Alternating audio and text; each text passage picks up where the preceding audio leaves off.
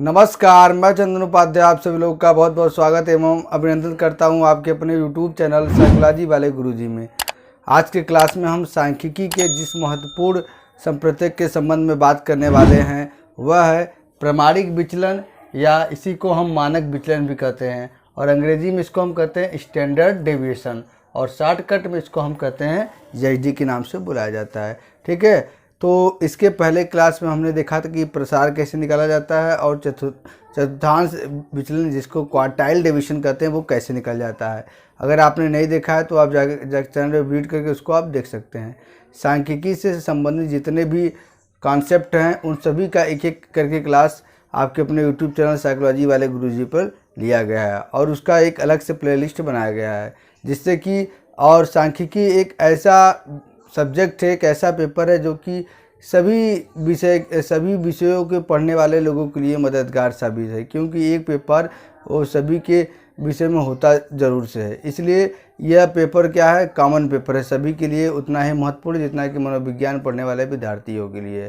तो यदि आप ये जानना चाहते हैं कि प्रमाणिक विचलन कैसे निकाला जाता है, इसका क्या सूत्र क्या फार्मूला लगाया जाता है और किस तरीके से इसको हल किया जाता है, तो आज के वीडियो में हम एकदम आसान तरीके से आपको बताने वाले हैं कि प्रमाणिक विचलन दीर्घ विधि से कैसे निकलेगा, लघु विधि से कैसे निकलेगा, या जब आंकड़े व्यवस्थित हो तब कैसे निकालते हैं, या जब आंकड़े अव्यवस्थित हो तब कैसे निकालते हैं। इसलिए आप लोग वीडियो को पूरा लास्ट तक देखिएगा, क्योंकि एक भी पार्ट अगर आपने मिस किया तो आपको क्या है समझ में नहीं आएगा, क्योंकि ये गणितीय प्रक्रम है, इसको क्या है आपको बहुत ही ध्यान से समझना होगा। तो चलिए शुरू करते हैं। सबसे पहले हम समझते हैं कि प्रमाणिक विचलन या मानक विचलन होता क्या है। देखिए, विचलनशीलता ज्ञात करने का यह क्या है, सबसे उपयुक्त एवं सर्वोत्तम माप है। विचलनशीलता जिसको डेरिवेंस कहते हैं, ये ज्ञात करने का, इसे संक्षेप में क्या कहा जाता है, एसडी कहा जाता है।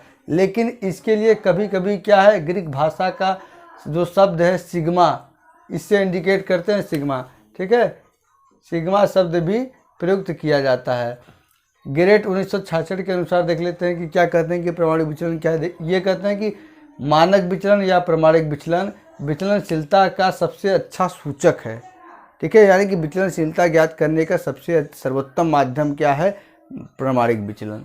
और प्रायोगिक यानी कि एक्सपेरिमेंटल एवं शोध कार्य जितना भी रिसर्च वर्क होता है उसमें सबसे पुराना तरीके से, या तो सभी जो रिसर्चर होते हैं उनके द्वारा जो प्रयोग में लाया जाता है वो क्या होता है, प्रमाणिक विचलन होता है।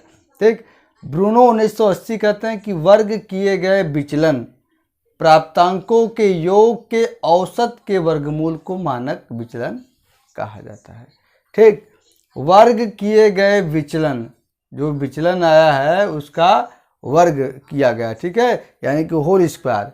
ठीक, मतलब वर्ग किए गए विचलन प्राप्तांकों के योग, ठीक है, यानी कि जो विचलन है उसका क्या है, स्क्वायर करने के बाद, ठीक है, और उसको संपूर्ण जोड़ दिया जाए, उसका योग के औसत जो आता है उसका वर्गमूल हम जब निकालते हैं तो क्या है, इसको मानक विचलन कहा जाता है। इन्होंने अपनी परिभाषा में पूरा प्रमाणिक विचलन का फार्मूला ही दे दिया है। ठीक है, अब हम बात करते हैं मानक विचलन या प्रमाणिक विचलन की गणना कैसे करते हैं, कैलकुलेशन ऑफ एसडी।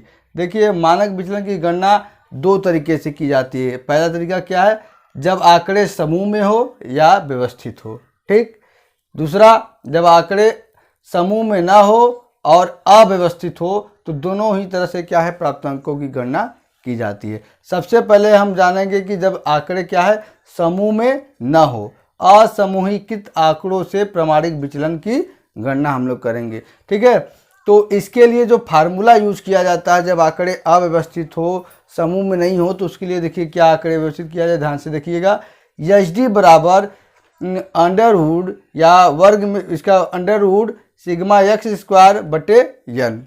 ठीक, अथवा कभी कभी क्या है, sigma under root sigma d square बटे एन। ठीक, सूत्र एक बार फिर से देख लीजिएगा, एसडी बराबर under root sigma x square upon n अथवा under root sigma d square upon N.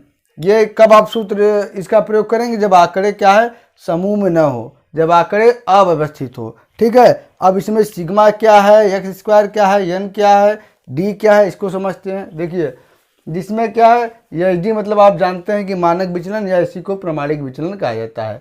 आप जो है कि बिल्कुल भी कंफ्यूज मत होइएगा। अगर मान लीजिए प्रमाणिक विचलन के जहाँ पे मानक विचलन लिख दे और मानक विचलन के जहाँ पे प्रमाणिक विचलन लिख दे तो इससे आपको ज़रा भी कंफ्यूज नहीं होना है। दोनों एक ही शब्द है, ठीक है, एक ही शब्द का समानार्थी दोनों है। ठीक, देखिए सिग्मा एक्स स्क्वायर या डी स्क्वायर बराबर क्या होता है, विचलनों के वर्गों का योग। ठीक, यन बराबर क्या होता है, अंकों या प्राप्तांकों की संख्या। ठीक, और अंडर रूट बराबर होता है वर्गमूल। ठीक, अब हम इसके सोपान जानते हैं कि जब आंकड़े अव्यवस्थित हो या समूह में न हो तो उससे मध्यमान निकालने के कितने सोपान होते हैं, कितने स्टेप होते हैं। इनको यहाँ पे हमने लिख लिया है, इसको आप नोट डाउन कर लीजिएगा, जिससे क्या है आपको एकदम स्टेप बाय स्टेप क्या है आप प्रमाणिक विचलन निकाल लेंगे। सबसे पहला स्टेप फॉलो किया जाता है कि दिए गए प्राप्तांकों का मध्यमान यम ज्ञात करना। ठीक, दिए गए प्राप्तांकों का मध्यमान यम ज्ञात करना। दूसरा है विभिन्न प्राप्तांकों एवं मध्यमानों में विचलन यानी कि यक्स माइनस यम बराबर यक्स ज्ञात करना। तीसरा है प्राप्त विचलनों का वर्ग ज्ञात करना यानी कि स्क्वायर। चौथा है विचलनों के वर्गों को जोड़ना ताकि सिग्मा एक्स स्क्वायर मान प्राप्त हो सके। पांचवा क्या है, विचलनों के वर्गों के योग यानी कि सिग्मा एक्स स्क्वायर को आवृत्ति संख्या से विभक्त करना तथा प्राप्त भुजनफल का वर्गमूल ज्ञात करना, यही मानक विचलन एच डी होगा। तो यहाँ पर आपने देखा कि सोपान क्या होता है। अब इसके लिए इसको अच्छे तरीके से समझाने के लिए एक एग्जाम्पल हमने लिया है, जिससे क्या है आपको सब स्टेप भी समझ आ जाएंगे और कैसे सवाल पूछता है आपके पेपर में और कैसे इसको हम हल करेंगे सूत्र रख के, ये भी आपको पता लग जाएगा। ठीक है, तो यहाँ पे जब आंकड़े अव्यवस्थित रहेगा, असमूह में रहेगा, ठीक है, तो कैसे आप पता करेंगे। देखिए उसके लिए ऐसे सवाल देगा, 10 छात्रों में तर्क क्षमता का मापन किया गया, उनके प्राप्तांकों के लिए प्रमाणिक विचलन ज्ञात कीजिए। तो प्राप्तांक देखिए कैसे दिया है, इस प्रकार से दिया है 23, 19, 26, 15, 18, 25, 22, 28, 20, 24। ठीक, अब ये देखते ही आप अंदाजा लगा दीजिए कि आंकड़े क्या है अव्यवस्थित हैं और असमूहीकृत हैं। तो उसके लिए आप क्या करिएगा, सबसे पहले ऐसा आप तालिका बनाइए। ठीक, इसमें 3 कॉलम हो, तालिका बना लीजिए। और ये जो प्राप्तांक है इसको क्या है, प्राप्तांक यानी जिसको प्राप्तांक को किससे इंडिकेट करते हैं, कैपिटल एक्स से, इसमें आप क्या है इसको लिख लीजिए। अब दूसरा काम क्या करना है, दूसरा काम विचलन यक्स माइनस यम। ठीक है, यक्स माइनस यम आप निकालेंगे। ये कैसे निकालेंगे, अब यक्स क्या है, यक्स है 23, यम कैसे आप प्राप्त करेंगे। देखिए पहला स्टेप ये है ना, दिए गए प्राप्तांकों का मध्यमान यम ज्ञात करना। तो सबसे पहले क्या करिए, यहाँ पे आप जो है प्राप्तांक लिख दीजिए। अब प्राप्तांक को जब आप जोड़ देंगे तो सिग्मा एक्स बराबर सिग्मा एक्स प्राप्त हो जाएगा। ये तो इसमें जब आप जोड़ेंगे तो क्या है, सिग्मा एक्स बराबर 220 आता है। ठीक, 220 आता है। तो यहाँ पे आप क्या है मध्यमान निकाल लीजिए। मध्यमान सूत्र होता है सिग्मा एक्स अपान यन, यानी कि 220 अपान संख्या कितना है 10 रख दिए, बराबर कितना आ गया आपका 22। मध्यमान कितना निकल गया, अब 22। अब बारी आती है क्या, दूसरा स्टेप, विभिन्न प्राप्तांकों एवं मध्यमान में विचलन यक्स माइनस यम बराबर यक्स ज्ञात करना। तो आप क्या करिए, देखिए यक्स माइनस यम, तो यक्स कितना है 23, सबका निकालना है। ठीक है, 23, यम कितना है 22। और 23 में से क्या करेंगे आप 22 घटाएंगे तो कितना आएगा, 23 में से जब आप 22 घटाएंगे तो कितना आएगा, बराबर 1 आएगा। अब 19 ऐसे सब घटा लीजिए। 19 में से आप 22 घटाएंगे, जब आप 19 में से 22 घटाएंगे तो देखिए कितना आएगा -3। ऐसे आप ये 26 में से 22 घटाएंगे तो कितना आएगा 4। वैसे ही आप 15 में से 22 घटाएंगे कितना आएगा -7। वैसे ही आप 18 में से 22 घटाएंगे तो कितना आएगा -4। ऐसे ही आप 25 में से 22 घटाएंगे कितना आएगा 3। वैसे ही आप 22 में से 22 घटाएंगे तो 0 आएगा। और 28 में से 22 घटाएंगे तो 6 आएगा। 20 में से 22 घटाएंगे तो -2 आएगा। और 24 में से 22 घटाएंगे तो कितना आएगा 2 आएगा। इसी तरीके से क्या करना है आपको, इसी तरीके से आपको पूरा विचलन निकाल लेना है यक्स माइनस यम। ठीक है, ये जो है इसको रफली करिएगा, हम यहाँ पे आपको समझाने की ये लिखिए, तालिका में इसको मत लिखिएगा। ठीक, तो ये 2 तालिका हो गया। अब क्या है, विचलन का वर्ग यानी कि यक्स स्क्वायर, ये जो आपने प्राप्त किया है विचलन यानी कि स्मॉल यक्स प्राप्त किया है, अब इसको क्या करना है, होल स्क्वायर करना है। जैसे 1 का होल स्क्वायर करेंगे तो कितना आएगा 1, -3 का होल स्क्वायर करेंगे तो 9, 4 का करेंगे तो 16, 7 -7 का करेंगे तो 49, -4 का करेंगे तो 16, 3 का करेंगे तो 9, 0 का करेंगे तो 0 ही आएगा, 6 का करेंगे तो 36, -2 का करेंगे तो 4 और 2 का करेंगे तो 4 है। देखिए विचलन का वर्ग यानी कि x स्क्वायर भी आपको प्राप्त हो गया। अब क्या करेंगे आप, आपका जो प्रमाणिक विचलन का सूत्र है, जब आंकड़े समूह में ना हो, अव्यवस्थित हो, तो उसको आप लगा दीजिए। क्या सूत्र है, एच टी बराबर sigma x square upon n, जिसमें सिग्मा x स्क्वायर कितना आपको प्राप्त हुआ है 144। ठीक है, इसको पूरा आप जोड़ दीजिएगा। ठीक है, इसमें दिया है ना विचलनों के वर्गों को जोड़ना ताकि सिग्मा x स्क्वायर मान प्राप्त हो सके। तो जो x स्क्वायर का ये मान आया है, इसको सभी को जोड़ देंगे आप, तो क्या आपको प्राप्त हो जाएगा, देखिए सिग्मा x स्क्वायर आपको प्राप्त हो जाएगा। तो जब हमने इसको जोड़े तो कितना आया, सिग्मा x बराबर 144। ठीक, अब n कितना है 10। ठीक है, कितना प्राप्तांक है 10 है ना, 1 2 3 4 5 6 7 8 9 10। अब चलिए सूत्र को जो मान है उसको सूत्र में आप क्या है इसको रख दीजिए। तो 144 अंडर रूट 144 बटे 10 बराबर, जब इसको आप करेंगे तो क्या आएगा अंडर रूट 14 इंटू 4। ठीक, और जब इसका आप वर्गमूल निकालेंगे तो कितना आ जाएगा 3.79। ठीक, तो इसका प्रमाणिक विचलन एच डी और सिग्मा बराबर कितना हो जाएगा 3.79। देखिए तो इस तरह से क्या है, कितना आसान है कि आप जो है जब आंकड़े अव्यवस्थित हो या समूह में न हो तो किस माध्यम से आप क्या है प्रमाणिक विचलन निकालेंगे। तो कितने आसान तरीके से हमने आपको बताया कि आप जब आंकड़े समूह में न हो, अव्यवस्थित हो, तो हम प्रमाणिक विचलन या मानक विचलन कैसे निकालते हैं। यदि आप वर्गमूल नहीं जानते हैं, वर्गमूल कैसे निकाला जाता है, भिन्न का जोड़, भिन्न का गुणा, भिन्न का भाग कैसे किया जाता है, तो उसके लिए भी मैंने जो है सांख्यिकी का जो बेसिक होता है उसका भी वीडियो मैंने पहले से बनाया हुआ है। उसको भी आप चैनल में विजिट करके सांख्यिकी वाले प्लेलिस्ट में जाके देख सकते हैं। ठीक है, ये तो बात रहा जब आंकड़े क्या हो, आंकड़े असमूहित हो, समूह में न हो, और क्या हो अव्यवस्थित हो। अब हम बात करेंगे क्या है जब आंकड़े क्या हो समूह में हो या जब आंकड़े क्या है व्यवस्थित हो। ठीक है, अब इसके संबंध में हम बात करेंगे। अभी हमने देखा कि जब आंकड़े अव्यवस्थित हो या असमूहित हो तो हम प्रमाणिक विचलन की गणना कैसे करते हैं। अब हम देखेंगे कि जब आंकड़े क्या हो व्यवस्थित हो, वर्गीकृत हो या समूह में हो, तब हम प्रमाणिक विचलन की गणना कैसे करते हैं। तो देखिए जब आंकड़े क्या होते हैं वर्गीकृत होते हैं या व्यवस्थित होते हैं या समूह में होते हैं तो प्रमाणिक विचलन की गणना क्या है दो तरीके से की जाती है, एक दीर्घ विधि के माध्यम से, एक लघु विधि के माध्यम से। सबसे पहले हम बात करते हैं कि दीर्घ विधि के माध्यम से प्रमाणिक विचलन की गणना हम कैसे कर सकते हैं, इसका क्या फार्मूला है, कैसे क्या इसके स्टेप हैं और कैसे सभी चीज़ों मानों को रखकर हम प्रमाणिक विचलन निकालते हैं। तो देखिए दीर्घ विधि से जब आप प्रमाणिक विचलन की गणना करेंगे ना तो इसका सूत्र होता है एच डी बराबर sigma f x square upon n अथवा sigma f d square upon n. ये दीर्घ विधि का सूत्र है। ठीक, जिसमें सिग्मा एफ एक्स स्क्वायर क्या है, सिग्मा एफ एक्स स्तंभ का योग यानी कि सिग्मा एफ एक्स कॉलम का योग, और एन बराबर क्या है संख्या। ठीक, अब सोपान की बात करते हैं कि दीर्घ विधि के माध्यम से जब आप प्रमाणिक विचलन की गणना करेंगे तो सबसे पहले आप क्या करेंगे, कितने स्टेप इसमें इन्वॉल्व होते हैं, ये आपको जो है प्रमाणिक विचलन को हल करने में बहुत ही मददगार साबित होगा। सबसे पहला आप स्टेप करेंगे कि वर्गांतरों का मध्य बिंदु यक्स ज्ञात करना। ठीक, दूसरा करेंगे आप मध्य बिंदुओं के साथ आवृत्तियाँ यफ का गुणा करना यानी कि एफ एक्स। तीसरा है मध्यमान का ज्ञात करना यानी कि यम बराबर सिग्मा एफ एक्स बटे एन। ठीक, और चौथा है मध्य बिंदु यानी यक्स और मध्यमान यम में विचलन यक्स ज्ञात करना। पांचवा है आवृत्ति यफ एवं विचलनों का गुणनफल यानी कि एफ एक्स ज्ञात करना। अगला है विभिन्न एफ एक्स के साथ उनके बगल में स्थित विचलन यक्स से गुणा करके एफ एक्स स्क्वायर ज्ञात करना। सातवां है सिग्मा एफ एक्स स्क्वायर स्तंभ के मानों का योग यानी कि सिग्मा एफ एक्स स्क्वायर ज्ञात करना।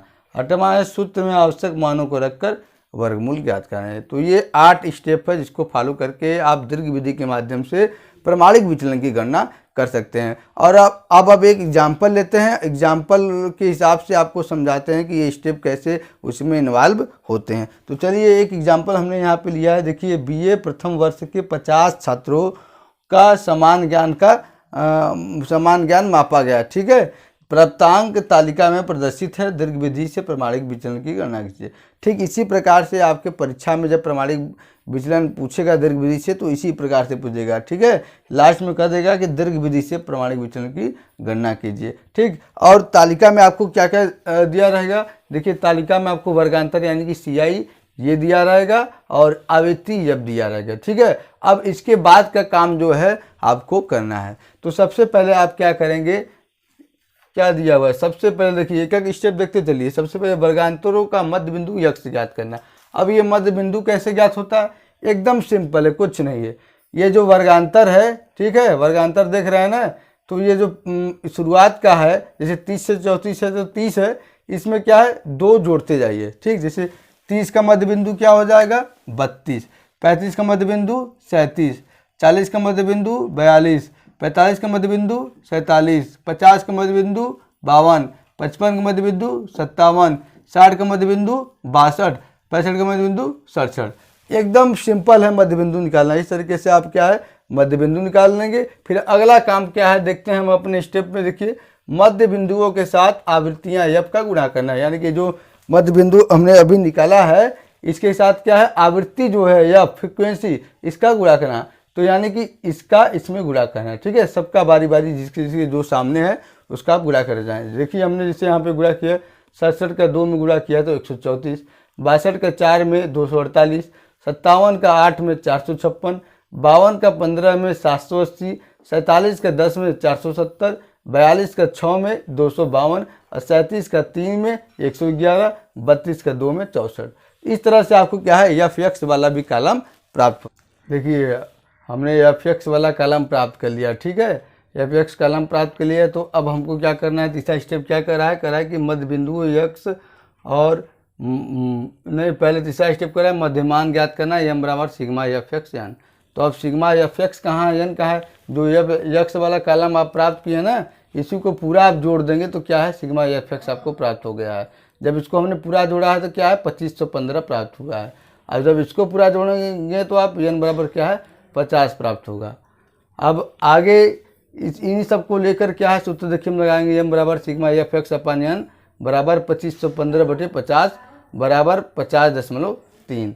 अब हम विचलन ज्ञात करेंगे। तो विचलन ज्ञात करने का सूत्र क्या है x माइनस m, यानी x क्या है मध्य बिंदु, इसमें से माइनस m कितना प्राप्त हुआ है आपको 50.3। ये दोनों को घटाते जाना है। देखिए जैसे कि x कितना है 67 है, m कितना है 50।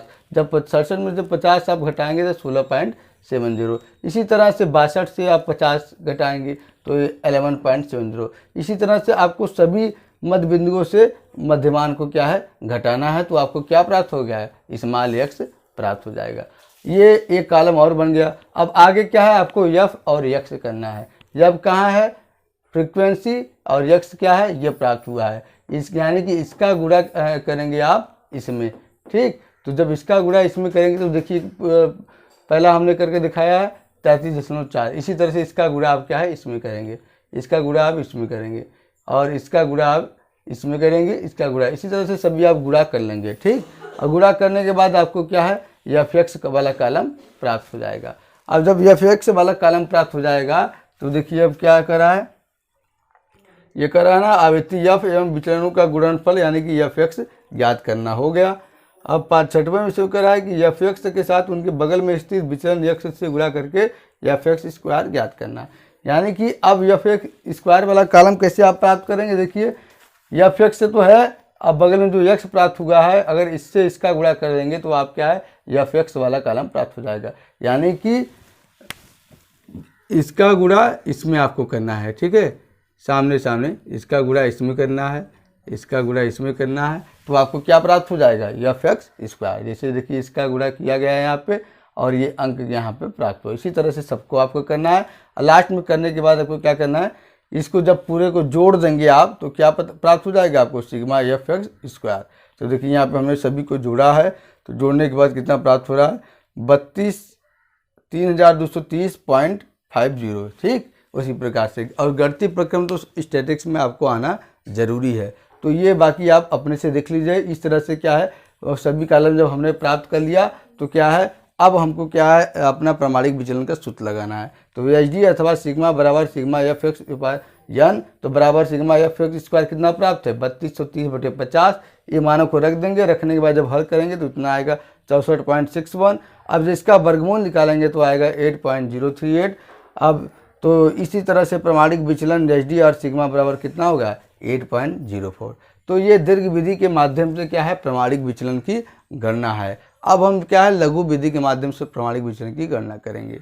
अब एकदम ये जो स्टेप बाय स्टेप फॉलो करेंगे, आपको समझ में आ जाएगा कॉलम कैसे।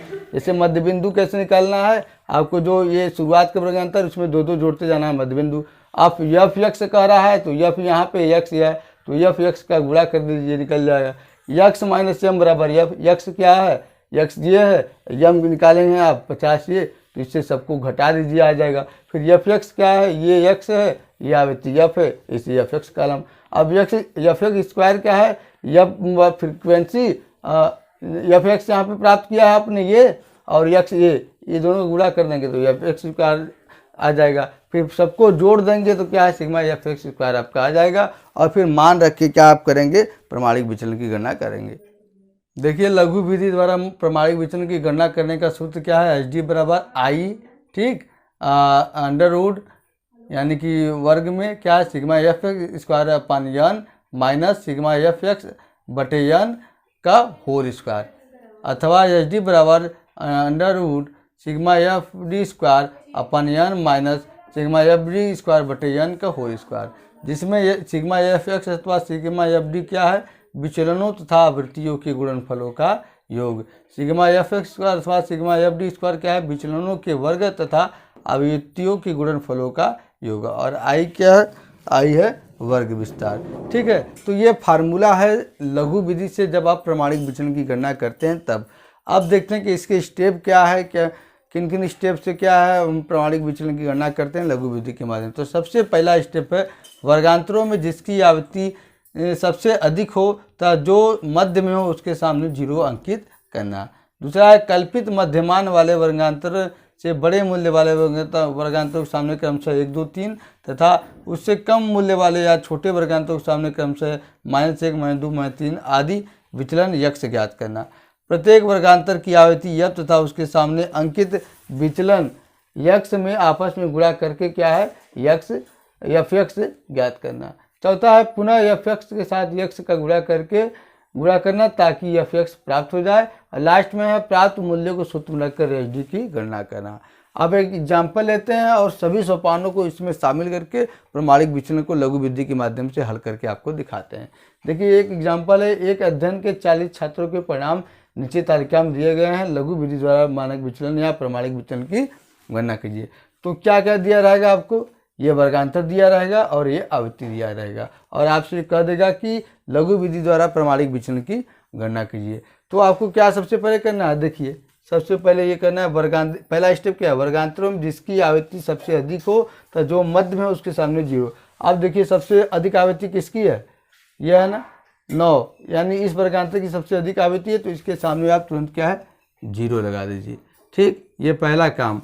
दूसरा क्या है, कल्पित मध्यमान वाले वर्गांतर से बड़े मूल्य वाले वर्गांतरों के सामने, ठीक है। बड़े मूल्य वाले वर्गांतर कौन है, ये ऊपर जाएंगे तो बड़ा, नीचे आएंगे तो क्या है छोटा वर्गांतर आएगा ना, उसके सामने क्या है 1, 2, 3, तो क्या है जितना वर्गांतर हो 1, 2, 3 हो गया। और नीचे वाले वर्गांतर था छोटे मूल्य वाले वर्गांतरों के सामने क्रमशः -1, -2, -3, तो क्या है इसके नीचे छोटा वर्गांतर है ना, देखिए छोटा वर्गांतर है तो -1, -2, -3, -4, एकदम सिंपल है। ये क्या है विचलन ज्ञात हो गया। अब तीसरे स्टेप में कह रहा है प्रत्येक वर्गांतर की आवृत्ति यफ तथा उसके सामने अंकित विचलन यक्स में गुणा करना है।